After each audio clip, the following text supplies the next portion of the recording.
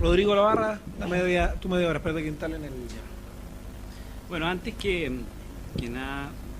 agradecer al Centro de Estudio de la Justicia por esta oportunidad de encontrarse con viejos y no tan viejos amigos, y la oportunidad de revisar un poco el sistema chileno, que me da la idea que más que estarse, quizás ha estado mostrando más que analizando, como una suerte de estos modelos ya no tan jóvenes, que sigue con la ilusión de la juventud, pero yo creo que ya es tiempo de que derechamente se plantee un discurso más crítico sobre la reforma chilena, aunque para mí quizás no soy el más indicado en iniciar esa línea, toda vez que yo fui fiscal por 8 años, hasta hace un año atrás, y todavía el corazón está muy cerca de la fiscalía, entonces es difícil ser muy crítico. Sin embargo, en base a esa misma vinculación afectiva, es deber plantear ciertas cosas que ya se están transformando en puntos críticos del sistema. En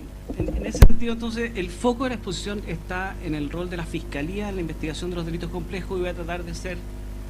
breve, toda vez que se caracteriza los debates del CEJA por ser muy participativos, y ahí es donde se da la parte más interesante de este seminario. Lo primero que llama la atención... Lo primero que destaca es que la noción del delito complejo, yo voy a parecer un poco como alemán aburrido después de las anécdotas de nuestro amigo Luciano, pero no tengo grandes anécdotas o casuística que exhibir, sino que más bien un análisis de tipo de procesos o de fenómenos, más que una suerte de, me da la idea que buscando puntos de referencia más que anécdotas puede ser más provechoso en el debate compartido y comparado.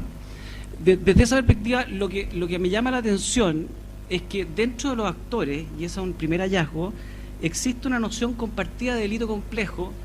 que no necesariamente tiene que ver con la materia propiamente tal. Es decir, el hecho, el acontecimiento misterioso, por así decirlo, desde el punto de vista de la investigación, no necesariamente está vinculado a un delito en particular, y los actores, los policías y fiscales básicamente, tienen bastante clara esta noción, y está dada por criterios, como se señala ahí, extrajurídicos, siendo el principal elemento la presencia mediática o la, comillas, investidura de los intervinientes. Este es un elemento bien central, porque los sistemas de justicia, por ejemplo, en el informe de Perú, vamos a ver más adelante, o en lo que planteaba Luciano respecto de establecer fueros especiales, quizás el establecimiento de fueros especiales a priori no da cuenta necesariamente de la complejidad de un delito. Puede que un delito de robo sea extremadamente más complejo de investigar que un delito de homicidio. Sin embargo, tenemos asociado en la mente que hay ciertas materias que necesariamente son complejas, y eso genera una suerte de estratificación de causas. Causas tipo A con fiscales tipo A, y causas tipo B con fiscales y tramitación tipo B, y desde esa perspectiva se produce ya una suerte de desigualdad en la arquitectura de los sistemas de persecución, que van dejando causas más complejas, por así decirlo, y de mayor repercusión social y política, si se quiere, de política en el buen sentido de la palabra, en un estándar de investigación bastante mermado respecto de otras que por la investidura de los intervinientes o la repercusión mediática tienen un tratamiento, por así decirlo, VIP. ¿Ya? Esa me parece que es una primera constatación bastante importante. Esta complejidad, como digo, no tiene que ver necesariamente con el hecho mismo ni con el tipo de delito, y tampoco tiene que ver con, y esto quizás es más grave, es más grave por un fenómeno que se está haciendo cada vez más relevante, específicamente por la negociación penal. Tampoco dice en relación la complejidad del delito con el tipo de procedimiento al cual se va a sujetar la investigación y sanción de esos casos. De hecho, en materia, por ejemplo, de homicidio, solo cerca del 40% de los homicidios, en el caso chileno, no se resuelven en vía juicio oral. ¿Y qué implica eso? Que esos delitos no están accediendo a penas mayores de 5 años. Y tenemos, por otra parte, delitos de robo, en casos de flagrancia, que representan un alto porcentaje de juicios orales. Es decir, la complejidad de la tramitación procesal no está asociada a la complejidad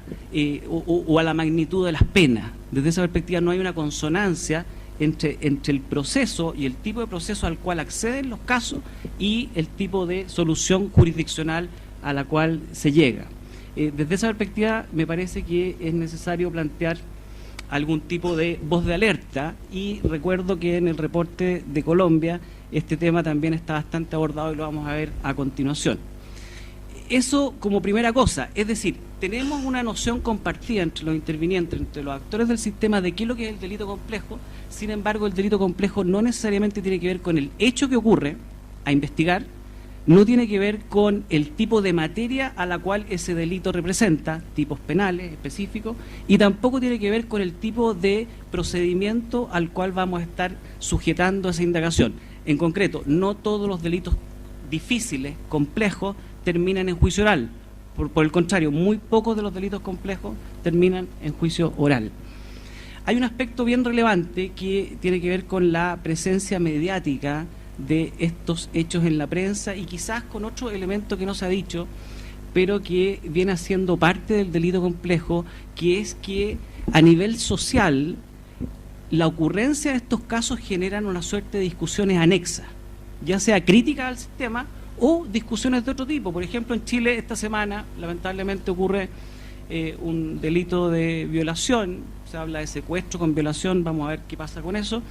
y se genera un debate a nivel político de la disposición de la píldora del día después, o del León Gestrel, a propósito de las políticas, y ahí se transforma esto en un debate político respecto de la disponibilidad o no de estos mecanismos de anticoncepción de emergencia, a propósito del delito. Entonces, me parece que el delito complejo también tiene que ver con eso, con generación de discusiones anexas que ponen en cuestionamiento ciertos aspectos de política pública, y en ese sentido interesante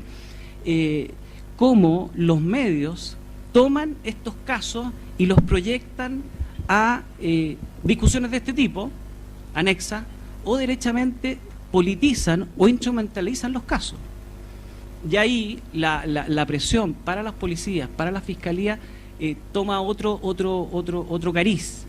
Derechamente la presencia mediática del caso es quizá uno de los elementos que es más sensible respecto tanto de las policías como de los fiscales entrevistados. Es decir, el caso es complejo como primer indicador en la medida que hay presencia mediática del mismo.